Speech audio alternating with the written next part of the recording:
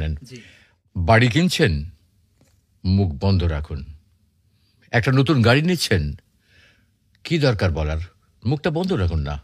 নতুন ব্যবসা শুরু করতে যাচ্ছেন, মুখ বন্ধ রাখুন।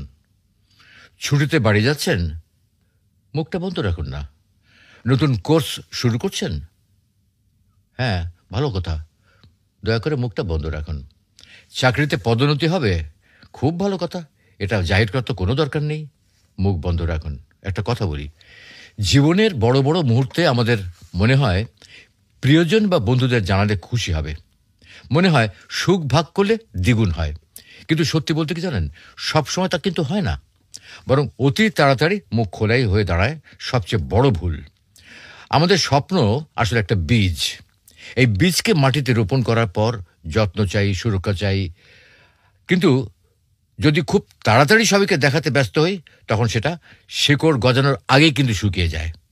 বাস্তব অভিজ্ঞতা বলে, যত বেশি স্বপ্ন শেয়ার করবেন, তত বেশি হিংসা, ঈর্ষা আর বদনজরের চোখ আপনার দিকে পড়বে। আর এটাই অনেক সময় আপনার সাফল্যের পথে অদৃশ্য দেয়াল হয়ে দাঁড়ায়। আমরা যাদের বন্ধু বলে বিশ্বাস করি, তাদের সবাই আন্তরিক নয় কিন্তু। কেউ চায় আপনি ভালো থাকুন, কিন্তু কখনোই তাদের চেয়ে কিন্তু ভালো না। তাই তারা হাসি মুখে অভিনন্দন জানালেও মনে মনে কিন্তু আপনার ব্যর্থতা কামনা করতে পারে। এটা তিক্ত হলেও কিন্তু সত্যি কথা। আমরা ভাবি কি জানেন, অন্তত পরিবার তো আমাদের সবচেয়ে নিরাপদ জায়গা, তাই না? কিন্তু বাস্তবতা হলো, পরিবারের ভেতরেও সূক্ষ্ম হিংসা থাকতে পারে। ভাই বোন আত্মীয় কেউ কেউ চাইতে পারে যে আপনি তাদের ছাড়িয়ে না যান। এই গোপন প্রতিযোগিতা অনেক সময় আপনার আনন্দকে নিঃশব্দে বিষিয়ে দিতে পারে। অনেকে বলে বদল শুধু কুসংস্কার, কিন্তু অভিজ্ঞতা বলে অন্য কথা।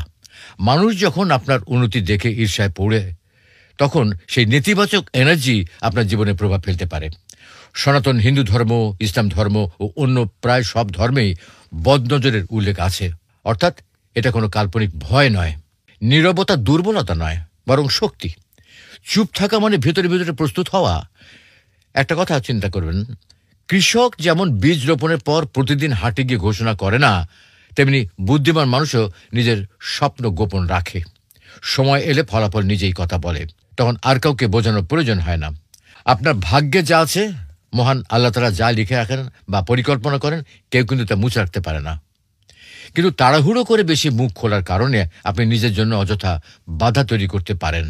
তাই বিশ্বাস রাখুন, ধৈর্য ধরুন, পরিশ্রম করুন এবং যতটা সম্ভব মুখটাকে বন্ধ রাখুন। মনে রাখবেন, স্বপ্নকে আগে ভাগে প্রকাশ করা মানে তাকে দুর্বল করে ফেলা। হিংসা, ঈর্ষা আর বদনজর সত্যি আপনার সাফল্যকে ধ্বংস করতে পারে। তাই যখনই জীবন আপনাকে কোনো বড় সুখবর দেবে, নতুন বাড়ি, গাড়ি, বিয়ে বা পদোন্নতি, তখন আনন্দে চিৎকার না করে নীরবে উপভোগ করুন। সময় এলে আপনার সাফল্যই পুরো পৃথিবীকে জানিয়ে দেবে আপনি কি করেছেন। খুব সুন্দর কথা। আসলে আমরা ইদানিং ইদানিং না প্রায় আমরা অনেকেই এই যে এইগুলা বলতে ব্যস্ত হয়ে যায় যে আমি এই করতেছি সেই করতেছি, একটু নিজেকে বড় করার জন্য, নিজেকে একটু জাহির করার জন্য এটা আমরা করে থাকি। আসলে এগুলো ঠিক না, এটা আমরা মোটেই বুঝতে পারলাম। না, এটা মোটেই ঠিক না।